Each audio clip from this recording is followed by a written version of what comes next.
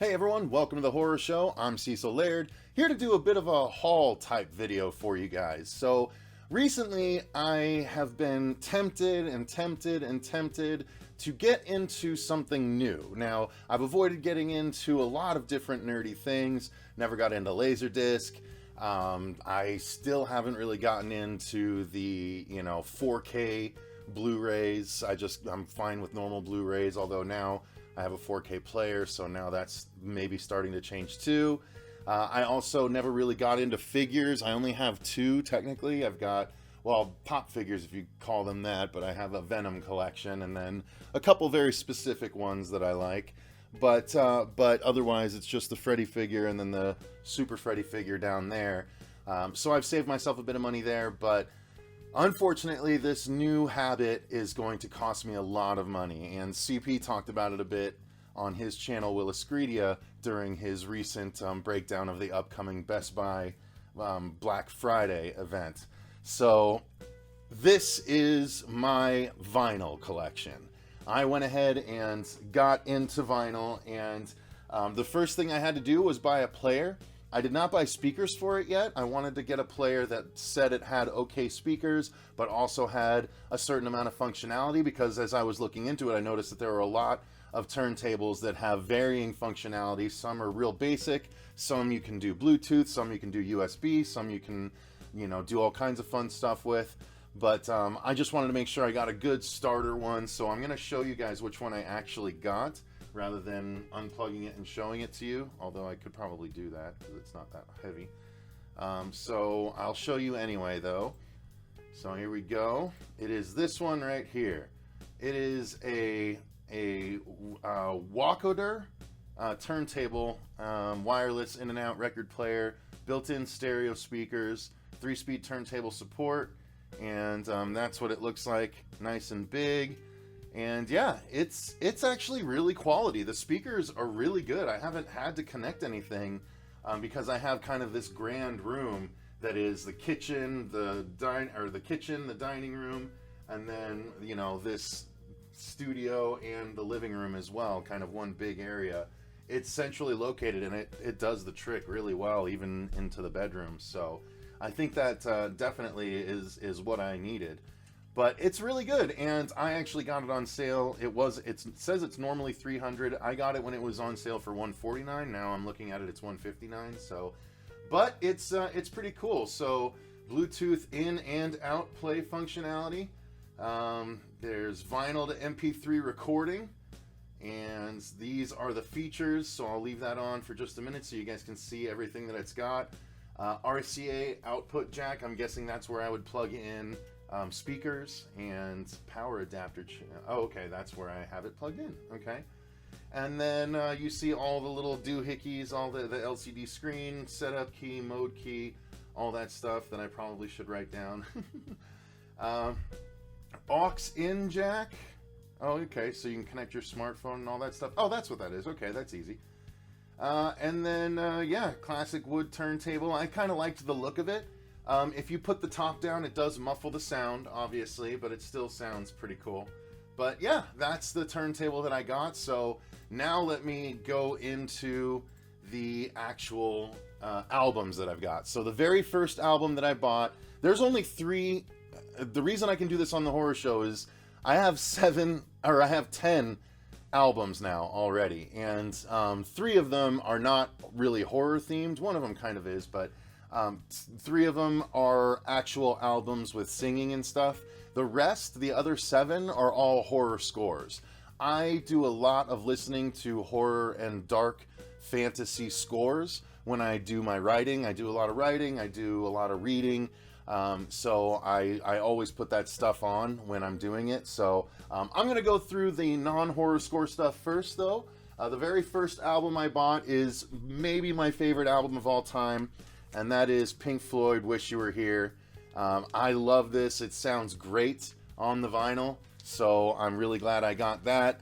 And the only problem with vinyl, because I've gotten so spoiled with, the Spotifys and the YouTube Musics and, all kinds of CDs even, having to flip it after just a few songs is a little bit weird. In this one's case, it's like only 3 songs and then flip it and there's 3 more songs on the other side. So it's a little bit weird having to jump up and do that a lot more often, but the sound is so much better. Like, I always heard people saying, oh my god, the sound of vinyl is better. It just sounds richer. It just sounds, you know, deeper. It sounds, you know, all different descriptions they have for it. And even someone at one point, and this is the way I described it, I found myself describing it, and I was like, wait, someone said that before.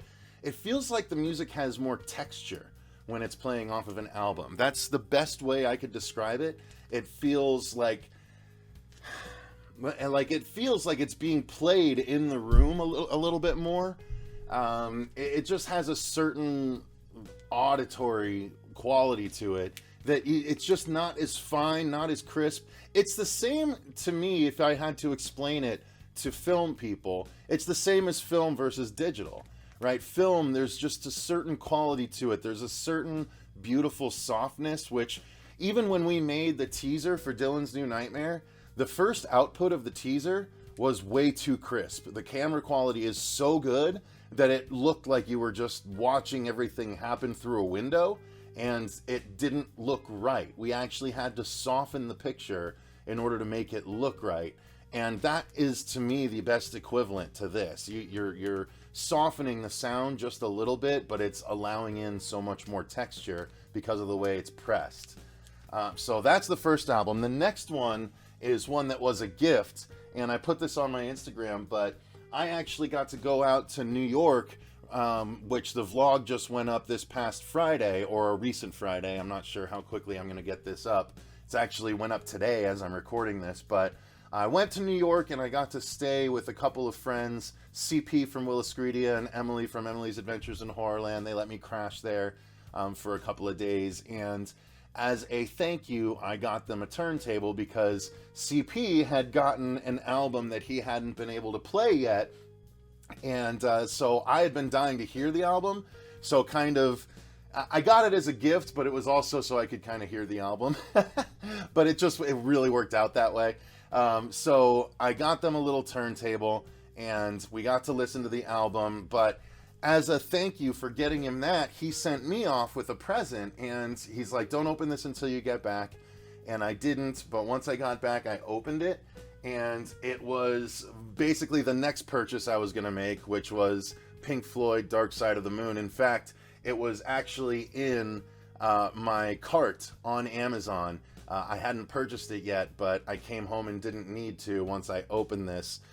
It, though, is crazy. This is an original pressing of the album, if I'm not mistaken, or it's an older version of it, because what's really cool, there's something really cool about this. I'm not sure if CP is okay with me sharing it or not, but it's really special. Let's just say it's a family album, and he passed it along to me because he thought I would appreciate it. I told him that the first album I bought was Wish You Were Here, and I was planning to get more albums, so he was hoping I hadn't got this one yet, and I hadn't. So I thought it was a super sweet gift and super awesome and perfectly timed. And he sent a really sweet note along with it, which I will not read, but I mean, look at this. It's gorgeous, and the note just slid out. So I'll leave that aside, but I mean, you can tell the white sleeve has faded, but look, it's such a gorgeous pressing of it. I hesitate to even play it, but I'm going to be playing it in the very near future. I need to see if there's a way to treat discs. I'm sure there are discs, vinyls, albums. I don't want to get myself kicked out of the community before I've even joined it by calling them discs, when that's probably not the way to refer to them. But nonetheless, I need to figure out if there's a way to treat my albums to make sure if they get stuff on them, or make sure if there's too many fingerprints or whatever. I don't even know what affects these things yet. So thank you very much to CP for this. That was an amazing gift, and I greatly appreciate it. Oh, I don't want to forget to slide his note back in there. So I'm going to do that. All right. And let me actually go back and just show you this real quick, since I didn't get a chance to, because I think it'll be nice to show you guys what these albums actually look like. So this it comes in another bag. It's like a Russian doll of albums. And then inside is the more old school Wish You Were Here album style. And the back looks like this. Really cool old school album artwork. This is the one that everyone mostly knows. I love that piece of art. What a really cool thing. And then it comes out and there's more art on the inside. So that's that right there. That's gorgeous. And then the back has all the album details there. Plus a nice another picture. Are those the actual words? Nice! I didn't even realize those are the actual words. See, it goes to show I haven't even actually... I'm going to be kind of looking at some of these for the first time. That's what I know. That's what I've seen people do in movies, right? They take an album out and they go... Or am I confusing that with something else? Maybe that's just old books. But nonetheless, this is what the album looks like. Really cool. I used to have a poster of these machine hands shaking. I think it's really cool. There we go. I had it upside down. But that's a really cool one. I'm really glad I got this bad boy. And I've already listened to it, so I know the sound is good on it. Again, it's a rich one. Rich sounding. Very rich sounding. Ooh, what was that? Oh, came with a postcard, too. That's cool. Huh, I didn't know that. Alright, well, I'm going to be careful putting it back in then. Okay, so next is the last album with actual words. I just got it today, so I was waiting to get my 10th album before I did this video. But it also is one, I listen to this, I listen to this CD, this music, this album, whatever. I'm not sure how to refer to everything. I listen to this album on YouTube all the time. But this is the first time I'm going to actually be listening to the vinyl album of Gunship's Dark All Day. Now, some of you may know Gunship, some of you may not, but it is very much a throwback sound. It's sort of 80s style, kind of at times synthy, but really sort of modernized kind of stuff. I haven't delved that much into their music, but I have listened to this one to death. So I was happy to get this vinyl version of it. Fuego is the first one that got it, and he kind of told me about it back in the day. And when I was trying to think of what albums should I actually get in vinyl, I listened to this one so much that I was like, I gotta get the textured version of it. So this is what the album cover looks like. I dig it. And then the inside, again, we have words. I love when we get the words. I'm not sure if that's a staple of albums, that the inside jackets have the words or not, but I'm really glad if that's the case, because I'm someone that likes to learn the words of the songs. That's the back right there. So you get the tracks. Dark All Day is the second track on side A, followed by my favorite track on the whole album, When You Grow Up, Your Heart Dies. It's such an amazing couple of songs.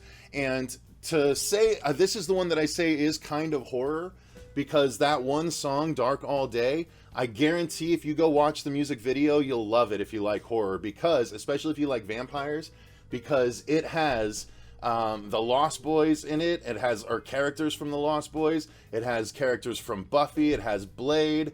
It has, I think, characters from oh god, I can't even think of all the vampire movies that people cameo from, but check it out. It's a really great music video, really great music. Let me see the inside. I don't know if the discs look any crazy or different or anything like that, because I know some of them look a little bit different. So this is, nope, standard black, but wow, really, really cool. Cool artwork. It's the front of the cover, but I think that looks really good on an album. So, yeah, excited about that one. All right, and now that brings us to the horror scores. So I'm excited to get into these. Well, I guess one of them is, again, kind of borderline, so I'll start with that one. It's also kind of the weakest in the packaging department, but it is an FYE exclusive picture disc of the Umbrella Academy album, and I really, really, really like this album. I don't think it's all of the songs from the season by any stretch. The Umbrella Academy is a fantastic show on Netflix, and the music on it is unbelievable and gorgeous and symphonic and just amazing, amazing music. So I had to get my hands on this one, and there are definitely some horror elements to the series, so I think it passes, but some of you might not think so, so I'll put that separate. Now we get to the actual horror scores. By the way, I do very much recommend that Umbrella Academy. That's one I listen to a lot when I'm reading and writing. This is the one, though, that CP had that I did not get, that I hadn't had a chance to hear yet, and neither had he because they didn't have a vinyl player, but they had it, and that is the 2019 Child's Play album. Now, while I might not have liked the movie, and again, that's only after one watch, I do still need to do a rewatch now that I had to, cave and get the movie. But the score for Child's Play is better than the scores for any of the other Child's Play movies, in my opinion. I could listen to this all the time, and I did leading up to the movie. Unfortunately, the movie left a bit of bad taste in my mouth, so I stopped listening to it that much. But I absolutely love this score, and so let me show you that's the front right there, of course. That was artwork that was circulated a lot, and then the back of it, love that. So I even have Mark Hamill singing on this bad boy, but this is music by Bear McCreary, and he's done a lot of Walking Dead stuff, amongst other things that I really like, so I'm actually might be seeking out a lot more Bear McCreary stuff, because this blew me away so much. But what I like was the inside of this, which, yeah, how cool is that? I mean, that's a really neat way to do the inside jacket. Yes, there's no words, but hey, there's only one song, or 1.5 kind of songs with words, and you can write those lyrics down yourself if you really want. But that's a really cool inside jacket. I dig that a lot. Now, the actual discs are worth showing because they're different, I believe, or at least CP's were, so hopefully mine are as well. Oh wow, look at this. I didn't even see this in CP's thing. But it comes with this, an extra insert, and a lot of information. Look at that. Chucky, the demented doll and horror icon. I need to read this now, but it's all the information about the people involved. Cool. I guess it makes sense that they would put something like that in there so everyone gets proper accreditation. But look at that. That's kind of cool. Only one Chucky with the red eyes. But I dig it. I dig that. Now, here's the disc. I said disc again. Oh, I'm going to get reamed. But here's the first album. Yeah. So it's the blue-eyed version, which one side kind of looks like an eye, and then the other side is obviously the blue eye. So that looks really, really cool. I dig blue anyway. Blue is one of my favorite colors, if not my favorite color. I've never really been able to decide that, but I really like that one. And then the second vinyl, not disc for sure, definitely wasn't going to say disc. Oh, this one's cool. So this is the red eye version. Haha, that's so cool. I really like that they did that. I noticed the color of the discs at CP's, but I didn't realize that they changed out the eyes on the back. I only saw this side of it. But that is really cool. That definitely looks like a bloodshot eyeball. So I think they did a great job on the discs for these. So that is awesome.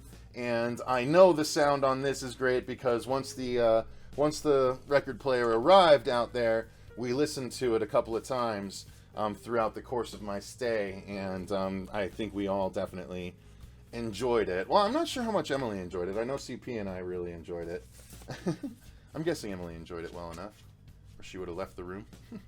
So after that, next I'm going to go to one that I kind of surprised myself that I got, because I don't dislike the movie, I just wasn't as big a fan as a lot of people, but I do remember really liking the score. I thought it was a great return to form for a particular composer, and it's a version of this score that I'm totally okay with having on vinyl without needing to get any of the other ones, maybe the original, but we'll see. And that is the score for the 2018 Halloween. And part of why I like this, the vinyl caught my attention. Oh, you saw my lights. Oh no. Part of why it caught my attention is because of so the idea is you move this back and forth. I'm trying to do it so you can actually see it, but you won't be able to because it's reflective. But anyway, if you move this back and forth, it makes it look like the fire's actually kind of roasting Michael a little bit. But nonetheless, I'll take that off so you can actually see what this looks like. Still a really cool piece of artwork, even without the lines on it and stuff. But this is the score, the entire expanded score for Halloween 2018. So this is also 2 discs.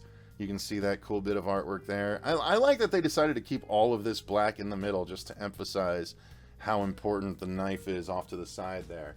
So that's the cover and the back, and then the inside we get the 3 Strodes looking, I can't tell where they're looking. Are they looking up the stairs or looking through the stairs? It's a weird piece of art, but okay. Looks okay. And then the cool thing about this one is I think both discs are the same, so I can show you the one, although I do like that this has, you know, a separate artwork on here. So that's the gross deflated pumpkin, and then the regular pumpkin on side B. So it does start with the deflated one and reinflate. And then the discs themselves are beautiful orange discs with the same deflated pumpkin and non-deflated pumpkin. Bright orange. You definitely aren't going to get that mixed up with any of your other albums if you misplace it. So I thought that was cool. I'm a big fan, I'm finding, of colored vinyl. I appreciate the difference between those and the standard black editions. Let's see. Oh no, this one, the second disc, is standard black with just the normal pumpkin on both sides. Interesting. Okay. So it is just the one orange disc. Glad I finally checked. I listened to the first disc. I haven't gotten to the second disc yet, so I do know that it sounds great on vinyl. So I can vouch for that to be sure. Moving on from there, we have It's Chapter 1. This is also an expanded 2-album vinyl. I have found that in my short interim looking into vinyl and stuff, that the price of vinyl only tends to really be justified when there's 2 vinyl albums worth of music. I'm so trying hard not to say disc over and over again. But as long as there's 2 different albums, side A, side B, side C, side D, then I find that the cost is worth it. Usually the cost of a single album is between 25 and 35 bucks, unless it's a special edition, and then it can be up to 60 or so. Then these generally tend to be between 35 and 40, or even 45, I'll find worth it. This was actually used at Zia Records, a local, you know, album and Blu-ray and music and all that stuff store, and it was on sale for $20. So I love that, and I listened to it, and it sounds great.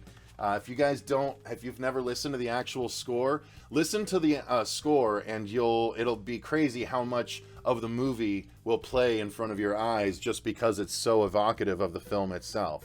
Then you get a note from the director, note from the composer. I haven't read either of those because I never actually looked inside here. But the Hollywood Studio Symphony, everyone gets their credit. I love that. I do think the cover is really cool. I do love the Bill Skarsgård Pennywise. This album is just a standard black album as well, but it's got a couple of different bits of artwork from it on both sides. So you get a little bit of the marketing on both sides, and it sounds good, and I don't like how they get kind of dusty, so that's why I need to find out the best way to clean these. If you guys know, I'm sure you already put in the comments how to do it, but if you haven't yet, put in the comments the best way to clean these bad boys. And please don't troll and tell me a terrible way to do it. Alright, so next up is one that I still haven't gotten a chance to listen to because I just got it yesterday, but I'm very excited. I listened to a different one yesterday, and that's now my favorite. But again, this is a movie that I was not a big fan of. I know it's a huge cult hit, and I need to actually get it to give it a rewatch. I only watched it once in the theater, and I never watched it again. So I need to give it a rewatch with the viewpoint of all these new movies and the new direction that horror tends to be going via A24. and that is It Follows. So I do remember one thing about this movie, and that was the awesome synthy score. I remember loving the score very much, and I haven't even had a chance to listen to it to confirm that I'm not misremembering or thinking of another one, but I'm fairly certain this is the one that that was really, really awesome. I didn't even really realize that it was a Nicholas Winding Refn movie, because all of his stuff since I haven't really liked either. So maybe it's just his style I'm not a fan of, or maybe I just didn't get It Follows the first time I watched it. I don't know. That's what the commenters would have you believe. But that is the front cover. The music is by Disaster Piece, and It Follows. It is it's Nicholas Winding Refn presents a David Robert Mitchum film. Okay, so Refn didn't direct it. Okay, cool. I got confused there for a second, because I was like, I'm pretty sure that I don't know. Anyway, correction made. So you guys can calm down in the keyboard section. But yes, this is a fantastic score, if I remember correctly. Let's take a look. Ooh, it's kind of a brown label on a standard black. Very basic label. Very standard. But it's not what's on the label that matters. It's what's pressed on the album. And if my memory serves, this is really, really good stuff. So, moving on from there, I go to one that I'm excited about having going into the season that we're going to be soon entering. This is one of my favorite scores to listen to during the Christmas time, especially when I'm reading dark comic books or dark books, or just listening to stuff while I'm writing or editing. This is a fantastic score to listen to, and that is Krampus. It is just a dark version of a Christmas movie, so it gives you that Christmas vibe, but still keeps it dark for anyone that's of my mindset that just would rather stay in that kind of mind place, like Creepy Christmas, as opposed to all the usual stuff you hear on whatever radio station plays it, during the season, because we all have that radio station. So, yes, this is an excellent alternative, and this also is a extended four-sided or 2-album set. And I do like the artwork. Again, you can see some of the cool Krampus stuff hanging around. Krampus himself surrounded by some of his toys, including the evil teddy bear and the jester that eats you. Really disturbing stuff. And then the inside is all of the demented snowmen that you find when you step outside your front door trying to escape. Of course, all of his little demonic helpers are waiting just behind the snowmen, if you remember the movie. Now, the inside, let's take a look at the actual album. I haven't looked at that yet. Ooh, cool. Because I know what the sound like. Oh, wow, neat. So it's got full-size pictures. Oh, cool. So each of his demonic little helpers gets a side of the album. I don't even know which one is side A or side B. Oh, I guess it kind of tells you. Oh, 1 and 2. There you go. So you got a 1 and a 2 right there. Neat. That's really cool. Now I got to look at the other one and see if it's different. Are there more helpers on this side? Let's find out. Oh, maybe so. Yeah. 2 more helpers. Cool, man. Oh, wow. I never realized there were gardening tools up there. Or barbecue tools. Or steak knife tools. I don't know. Meat handling tools. That's really neat. I really like that. So Krampus did well. Those guys are kind of similar, but these guys are kind of similar too. But there you go. I enjoy that a lot. Awesome. Oh, and on the inside here, I didn't even see it. It actually has... Oh, cool.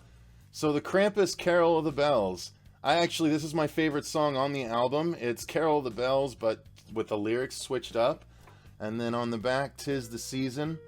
The first window of my Krampus advent calendar opened a couple years ago. Cool. So it's a note from the composer and probably, let's see. Notes from the director, notes from the composer. Yep.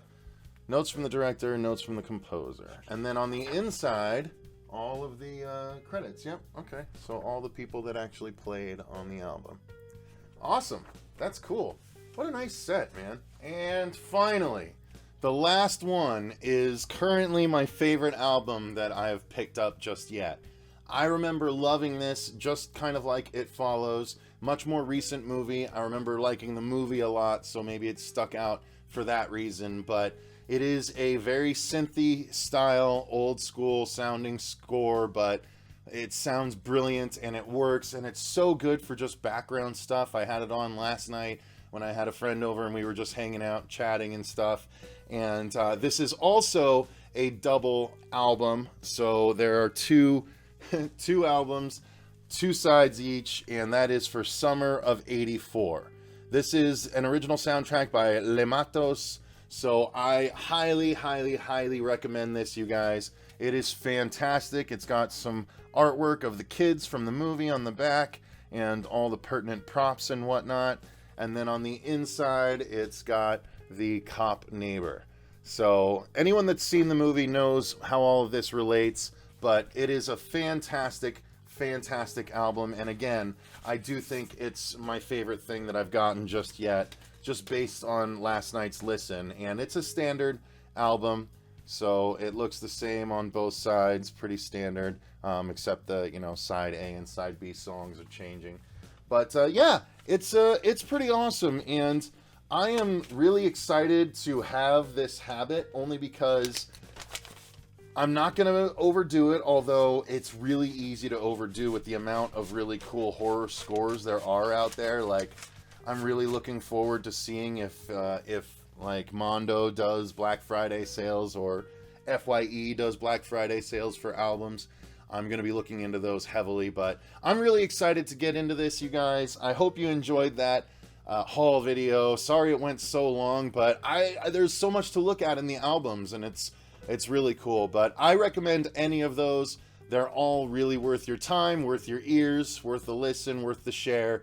And thank you guys very much for watching. If you want to see more album hauls like this as I accumulate going forward, maybe I'll save them up and do like 10 at a time or something like that. Who knows how long that'll take. But if you enjoyed it, let me know. I can kind of do a review on them as I go and reveal them as well. So yeah, let me know if that sounds interesting to you guys. Until next time, I've been Cecil Laird. If you didn't know, we are currently running a campaign, or I'm not sure if the campaign will have ended or if we will have extended it.